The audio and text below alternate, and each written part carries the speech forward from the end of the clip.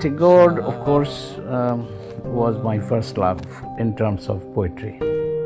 Being able to put himself in the shoes of a housewife and write about her travails. What I would have liked earlier on in my life was to become a poet. But I was not very good at writing poetry, so I decided that I would rather do something else. I went to Glasgow in my youth and studied naval architecture for 2 years.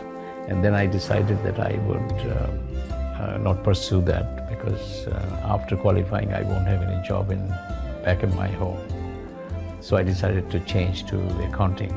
That was also a time that I became very interested in European literature, English literature, even architecture.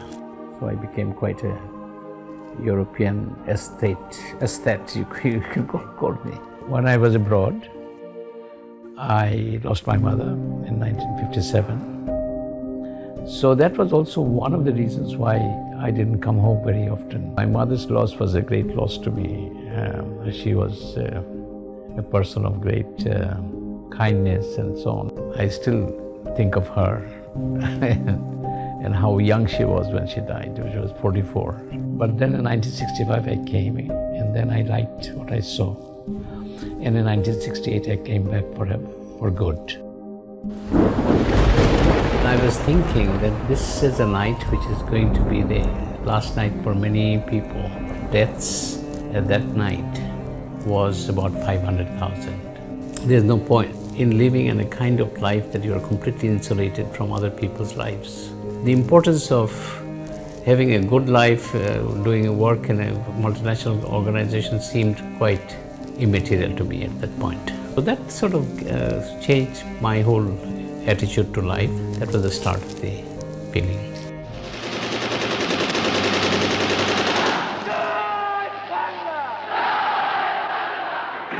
The uprising was man-made. The Pakistan army is sort of cracking down on people of Bangladesh.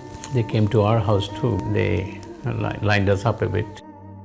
The chairman of Shell Oil Company wanted me to work as liaison officer between the oil companies and the army headquarters, which is, murdering our people. So I'd like to tender my resignation and protest against it. And I'd be able to contribute more for the liberation war from London than joining the Mukti Bahini. We thought maybe that the struggle will go on for a long period of time. I have to basically finance myself for the next 2 years. So I couldn't really afford to keep the house. When Bangladesh became liberated very quickly, all the money was there for me to start BRAC. I saw the distress of people having to leave their homes and go to India to live in a camp. And that gave me an impression that after Bangladesh became independent, all these people, 10 million people, will come back home. And they will find in their homes there's nothing there to start with. I recruited a lot of young people who were in the liberation movement. So I was like their teacher. So we were learning together.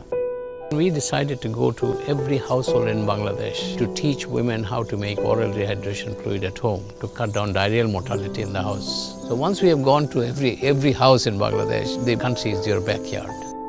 Most people think that a kind of a rebirth because I was a very different kind of person. I was very well dressed as a young man in London. They used to call me the Lord Camden. So most people didn't think that the kind of life I later on led, going into villages, working with poorest people, they didn't think that Abed is that kind of person at all. Although I don't see a great deal of change in the sense that I still like to dress up with good clothes and things like that. I still like to listen to good music and so on. In my mind, the most important things is what I do. My wife was also involved in work. So it was a very wonderful opportunity for BRAC to grow in leadership, which is provided by two people, not only me, but also my wife.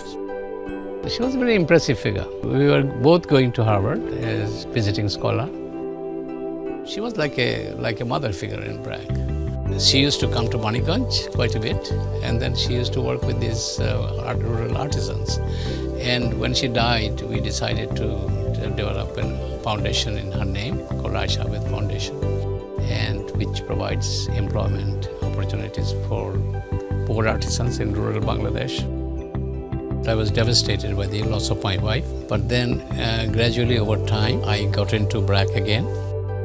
Giving attention to women and girls is very important as to how to bring about change in women's lives so that they can produce children without having to die for it. When I think about Bangladesh, I think about everybody. Not everybody is enjoying Rabindranath, not everybody is enjoying the great literature and the great culture that Bangladesh has. But I think everybody has got the right to have this experience. So if you say that BRAC has helped people in poverty alleviation, BRAC hasn't done much other than healthcare or finance, loans have given, things like that. It's the poor people who have worked very hard to get themselves out of poverty. It was in 2001 when the head of Apple, Steve Jobs, I went to have dinner with him, and Steve asked me, why did it take BRAC 30 years to come out of Bangladesh? So I said, Steve, I never thought of going anywhere else. I just wanted to work in Bangladesh. It's only when I found that in Afghanistan, suddenly 3 million Afghans were going back to their homeland. I saw that many of the things that we do, what we do in Bangladesh, microfinance, healthcare, education, Shastra Shebikas and things like that, everything works there in Afghanistan too. It gave us the self-confidence that many of the things that we do in Bangladesh are probably good for other countries too. I consider myself as a global citizen and I'm ready to help in any country which needs BRAC. I don't have any retirement plan, but I have semi-retired in the sense that I come to office about 10 o'clock. I used to come at 8 in the old times. And I used to go home at 7. I go home at 7, but then I take rest in the afternoon. I don't seek recognition for my work. Recognition is something that pleases me because it pleases my organization. Our staff feels happy that BRAC's work is recognized. I'm interested in the work itself and the kind of benefit poor people derive from it. I've lived a full life and I'm happy that my life has not been wasted.